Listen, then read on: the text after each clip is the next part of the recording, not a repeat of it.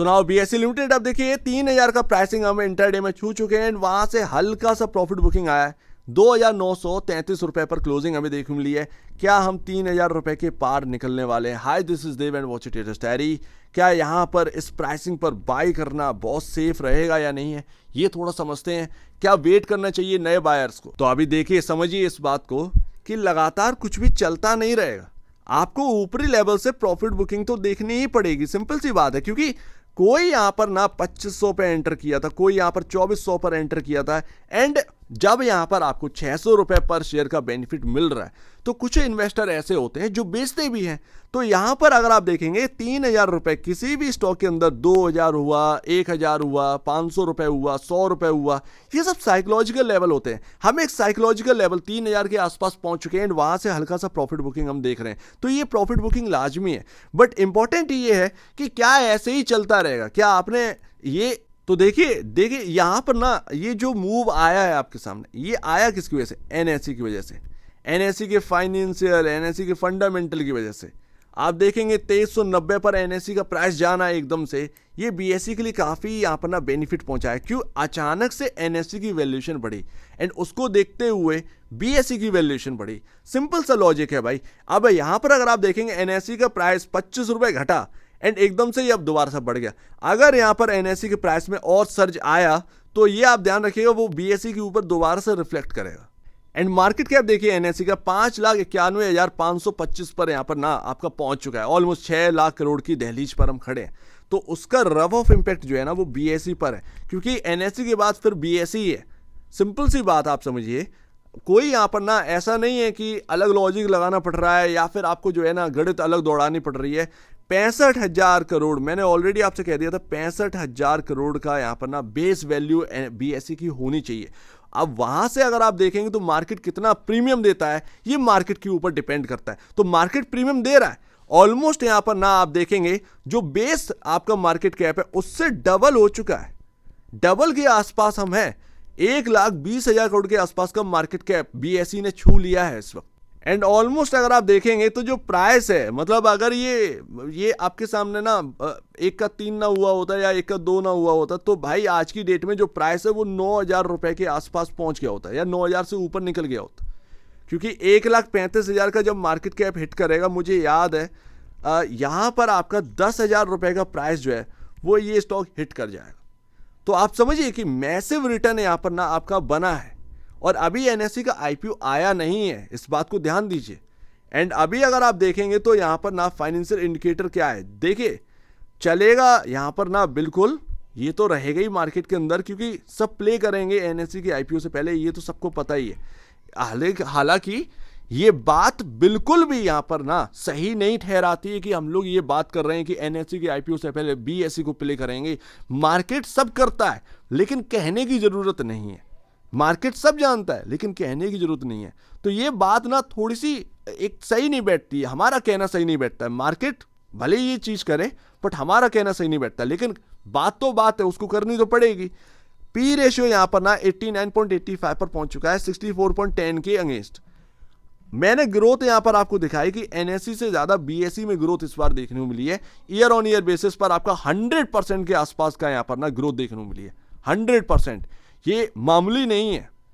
किसी कंपनी की सेल्स और प्रॉफिटेबिलिटी पूरे साल की डबल हो जाना ये मामूली नहीं है। तो उस वजह से भी अगर आप देखेंगे तो ये 4,500 से कहां दौड़कर यहां पर पहुंच गया था। हालांकि वो प्राइस जो ये आपके सामने जो बोनस के बाद हुआ ना, वो एडजस्टमेंट के बाद कुछ और होगा, बट मैं उस वक्त की बात बता रहा हूं जब ये बोनस हुआ ना, 4,500 से ये चलना स्टार्ट हुआ था एंड देखिए कहां 9,000 ऑलमोस्ट डबल पर पहुंच चुका है। And price to book value आप देखिए 26.60 टाइम पर पहुंच चुका है। तो मेरे हिसाब से ना अभी यहां पर आपको थोड़ा सा इंतजार करने की नीड है। देखिए एकदम से सब कुछ चलता नहीं रहेगा, इस बात को भी आप समझिए। लगातार हर चीज नहीं चल सकती है। मनी जो है ना वो घूमता है, पैसा जो है वो घूमता है। अभी तक हमने बीएसई में तेजी देखी, हमने यहाँ पर ना सीडीएसएल में तेजी देखी, तो एक्सचेंज का दौड़ गया, ब्रोकरेज का दौड़ गया, एंजल वन ब्रोकरेज की कंपनियां दौड़ गई। हमने देखा कि भाई यहाँ पर जो डिपॉजिटरी है सीडीएसएल वो भी दौड़ गया। अब यहाँ पर ना आपको तलाशने की जरूरत है कि कैपिटल मार्केट के अंदर कहाँ पर तेजी नहीं आई है। तो वो म्यूचुअल फंड वाले स्टॉक्स में नहीं आई है। मैं एएमसी की बात नहीं कर रहा हूं, जो सीडीएसएल जैसे डिपॉजिटरी है वैसे ही एक म्यूचुअल फंड का है, जस्ट लाइक कैम्प्स जैसे स्टॉक्स में अभी तेजी नहीं आई। तो हो सकता है कि अगर यहां से पैसा निकले, बीएसई हुआ, सीडीएसएल से थोड़ा सा पैसा निकले, तो हो सकता है कि कैम्प्स जैसे जो म्यूचुअल फंड वाले स्टॉक है, जैसे के फिनटेक है एंड कैम्प्स है, ये जो डिस्ट्रीब्यूटर है वो उनकी तरफ पैसा थोड़ा सा जाए, क्योंकि वो अपने हाई से काफी दूर है। तो मार्केट इसी तरीके से काम करता है। एंड देखिए, मैं तो हमेशा पॉजिटिव रहा हूं बीएसई के ऊपर, मैं ऑलरेडी आपको तो आगे भी पॉजिटिव रहना जरूरी है, ध्यान रखिए। लेकिन लगातार अगर आप ऐसा रैली देखेंगे तो वो कहीं ना कहीं से ना एक गिरावट आती है, भले ही छोटी गिरावट है लेकिन आती तो है यही। तो ये काफ़ी इंपॉर्टेंट हो जाता है। फिलहाल अगर आप देखेंगे तो क्या देखने को मिल रहा है भाई, देखिए एक ना कैंडल का साइज भी देखना ज़रूरी है, कैंडल का साइज भी देखना ज़रूरी है। कैंडल के साइजेस जो है वो काफ़ी छोटे होते चले जा रहे हैं। यहाँ पर इंटरेस्ट जो है ना वो कहीं ना कहीं कम हो रहा है, आपको तेजी देखने को मिल रही है लेकिन इंटरेस्ट कहीं ना कहीं कम हो रहा है। तो अगर हम इस हाई को नहीं निकाल पाए, 3,000 रुपए के हाई को नहीं निकाल पाए, तो फिर एक यहाँ पर ना प्रॉफिट बुकिंग आएगी। पॉसिबल है कि आपके सामने एक प्रॉफिट बुकिंग आए। इंपॉर्टेंट लेवल यहाँ पर ध्यान रखिएगा। तो जो नया बायर है वो वेट करे भाई, वेट करे, ज़्यादा बेहतर है। 2500 रुपये ये काफ़ी इंपॉर्टेंट रहने वाला है बीएसई के अंदर। मेरे हिसाब से अगर ये कंसोलिडेट कर लेना तो ज़्यादा बेहतर रहेगा बीएसई की स्टॉक के लिए। एक बार कंसोलिडेट करें, उसके बाद फिर से एक रनअप दिखा दें, उसमें 3,000 रुपये का प्राइस अगर टूट जाए तो वो 3500 कोई बहुत बड़ा दूर का नहीं रह गया। तो ये बात है। हालांकि लेट्स सी, देखते हैं, हर चीज़ हमारे मर्जी से नहीं हो सकती है, ये भी ध्यान रखिए। और हर चीज़ आपको एकदम से टेबल पर रखी हुई मिल जाए, ये हर बार नहीं होता है। तो इसको भी थोड़ा सा ध्यान दीजिए। स्टॉक बहुत बड़ी रैली दिखा चुका है। अगर आप इस तरीके से हाथ आजमाते रहेंगे, कहीं ना कहीं आपका हाथ एक दिन आएगा कि जले गई। तो जो यहाँ पर इन्वेस्टर हैं उनको भी खुश रहना चाहिए कि भाई आपने रिटर्न एक बड़ा कमा लिया है। आप भाई सीधी सी बात है, जो इस प्राइस पर एंटर कर रहा है उसकी तो दिल की इच्छा होगी कि मुझे 20 से 30% का यहाँ पर रिटर्न मिल जाए। पर जरा पीछे के साइड का देखिए कि कितना बड़ा रिटर्न ऑलरेडी बनाकर दे चुका है। तो एकदम से आपको 20 से 30% रिटर्न मिल जाना एकदम से, वो अब इनफ नहीं है, वो एकदम से आसान नहीं है। इस बात को भी थोड़ा सा समझना जरूरी है। मूविंग एवरेजेस काफ़ी दूर हैं अभी। 2200 पर आपका 2212 पर आपका मूविंग एवरेज है, 2212 पर मूविंग एवरेज आपका 50 डे में।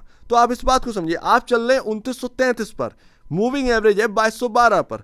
तो आप समझिए कि अभी थोड़े से दूरी है। तो मेरे ख्याल से अभी वेट करिए, 2500 ये काफ़ी इंपॉर्टेंट लेवल होने वाला है। एंड अगर ये 3,000 का प्राइस नहीं निकालता, मुझे नहीं पता कि निकालेगा नहीं निकालेगा भाई, क्योंकि अपन जो बात करते थे वो काफ़ी निचले लेवल से करे थे एंड हम लोगों ने रिटर्न बनाया इसके अंदर, सिंपल सी बात है। बट एक टाइम ऐसा आता है, चाहे आप खुद भी एनालाइज करिए या आप खुद भी एक बार सोच के देखिए, आपको कहीं ना कहीं आकर एक थोड़ा सा फियर फैक्टर आएगा कि यार नहीं यार, कहीं ना कहीं बहुत हो चुका है, बहुत ज़्यादा हो चुका है। एंड अभी यहाँ पर ना एनएससी का जो हम लोग बात करते हैं, एनएससी की आईपीओ अभी दूर है। खबरें जो आई उन्होंने जोश तो भर दिया, बट अभी एनएससी का आईपीओ दूर है। तो एकदम से आप चलते नहीं रहेंगे। हालांकि मार्केट क्या करेगा मुझे नहीं पता, क्या बीएसई का जो वैल्यूएशन है वो 2 लाख करोड़ के आसपास पहुंच जाएगा, मुझे नहीं पता। अगर 2 लाख करोड़ के आसपास पहुंच जाता है तो यहाँ पर कहना कोई बड़ी बात नहीं है कि यहाँ पर 2,000 2,500 का प्राइसिंग जो है वो आपको प्लस में और देखने को मिले, क्योंकि यहाँ पर मार्केट कुछ भी कर सकता है। अगर आप एनएससी को वैल्यू देंगे 6-7 लाख करोड़ की, तो बीएसई भी आपसे 2 लाख करोड़ का वैल्यू डिमांड कर लेगा। ये बात यहाँ पर है। तो यहाँ पर नेगेटिव नहीं होना है, बट यहाँ पर जो है ना एक थोड़ा सतर्कता रहनी है, एक अलर्ट रहना है कि भाई चलते नहीं रहोगे, ये बात हमेशा ध्यान में रहनी है। एंड जो नहीं चले हैं, शायद मनी अगर उधर की तरफ घूमता है, जैसे मान लीजिए अगर प्रॉफिट बुकिंग आती है बीएसई के अंदर या हल्की सी प्रॉफिट बुकिंग आती है सीडीएसएल के अंदर, वैसे तो ये सब चार्ट ना काफ़ी यहाँ पर सुंदर बने हुए हैं, ध्यान रखिएगा, काफ़ी पॉजिटिव में, और हल्की सी प्रॉफिट बुकिंग होती रहती है, ये कंसोलिडेशन तो होता रहता है। तो ये ध्यान रखिए, वॉलेटिलिटी आपको झेलनी पड़ेगी भाई, प्राइस कोई छोटा मोटा थोड़ी, कहाँ पर आप पहुँच चुके हैं, तो ये भी ध्यान रखिए। तो अगर यहाँ पर ना आप देखिएगा कि मार्केट जो है वो अगर इधर पर प्रॉफिट बुकिंग करेगा, जो चल रहे हैं शेयर्स उनमें प्रॉफिट बुकिंग आती है, एंड जो नहीं चल रहे हैं, जैसे मैंने आपके सामने कैम्प्स का नाम लिया, कैम्प्स अगर नहीं चल रहा है अभी एंड एकदम से उसके अंदर प्राइस बढ़ने लगे, तो आप समझ लीजिएगा कि यहाँ से पैसा घूमकर उधर की तरफ चेज कर रहा है। ये मेरा बताने का यहाँ पर बात है। बाकी भाई 2500 ध्यान में रखना है, 2500 काफ़ी इंपॉर्टेंट है। और 2212 पर आपका मूविंग एवरेज पहुंच चुका है। मूविंग एवरेज एक बहुत ही इंपॉर्टेंट चीज़ है भाई, आपके प्राइस के आसपास पहुंचेगा धीरे धीरे तो फिर से वापस से आपके प्राइस को बल देगा, तो ये ध्यान रखिएगा। सो उम्मीद है काफी कुछ आपको समझ में आया होगा। डरिएगा नहीं, बड़बड़ाइएगा नहीं, लेकिन सतर्क रहिए, क्योंकि एकदम से सारी चीज़ें चलती नहीं रहेंगी। ये बात आप भी जानते हैं, ये बात मैं भी जानते हैं। क्या हुआ फिर यहाँ पर ना, मार्केट के अंदर जब स्टॉक्स चलते रहते हैं फिर एकदम से डिप आ जाती है, तो वो थोड़ा सा ध्यान में रखने वाली बात है। बाकी ग्रोथ से कोई कॉम्प्रोमाइज़ नहीं है। एनएससी से ज़्यादा बेटर जो है वो बीएससी अभी भी देखने को मिलता है।